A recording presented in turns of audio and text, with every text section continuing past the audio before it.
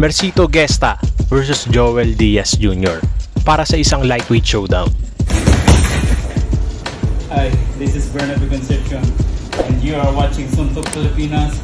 Please subscribe. Thank you. Mga kababayan, kamusta? Welcome po sa Suntok Pilipinas.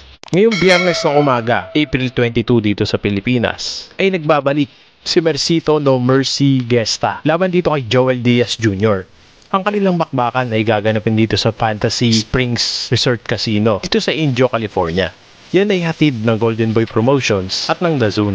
2 taon na nakakalipas simula nung lumaban si Mercito Gesta. Pero hindi ibig sabihin nito na nag-aabang lang siya at nakatambay habang nag-aantay ng kanyang pagbabalik sa loob ng ring. Si Gesta ay nagtitrainee habang nag-aantay sa kanyang pagbabalik. At ngayon, sa inahaba-haba ng kanyang pag-aantay, ay eto na nga at lalaban na siya sa ibabaw ng lona. Nagbunga rin ang kanyang pagkaantay sa isang opportunity na maituloy ang kanyang karera. Ang Gesta versus Diaz ay ina-expect ng boxing world na magbibigay ng isang magandang laban para sa ating mga fight fans.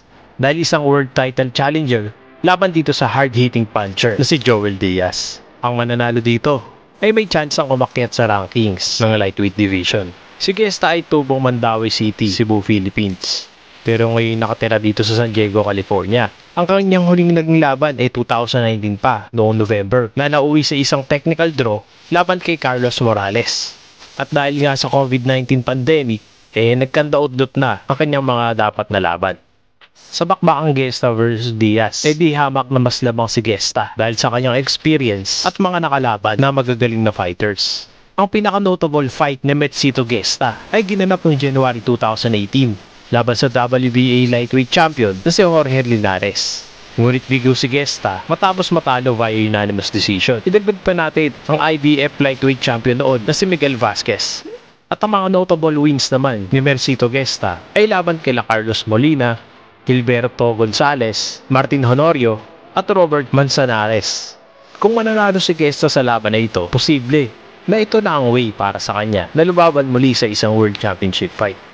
Si Mercito Gesta ay may alias na No Mercy, isang Filipino fighter may stance sa southpaw at may height na 5'7" at may reach na 68. Siya ay tubong Mandaue City, Philippines, pero nagte-training dito sa San Diego, California. At ang kanyang record, 32 wins, 3 talo, 3 draw, at 17 sa kanyang mga panalo ay via knockouts. Nauwi sa isang technical draw ang kanyang huling laban kontra kay Carlos Morales, ginanap noong November 14, 2019 dito sa Los Angeles, California.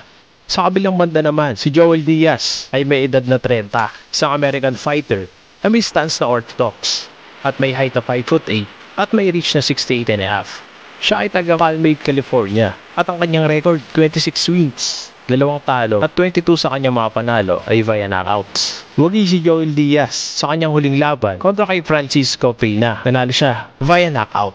Yan ay ginanap noong August 20, 2021 sa Grand Hotel Tijuana, Mexico. Kaya Pilipinas, para po sa inyo, may tsansa pa ba na lumaban muli si Mercito Gesta sa isang World Championship fight dito sa lightweight division?